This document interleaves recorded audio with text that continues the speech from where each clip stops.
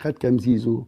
زيزو النهارده ظهر مع سيف زاهر، ويمكن حظه برضو ان كان ساعتها كان ماتش نهائي دوري الابطال بين الجيش الملكي وصن داونز، فطبعا بس المتابعه طبعا زيزو الناس هتتفرج.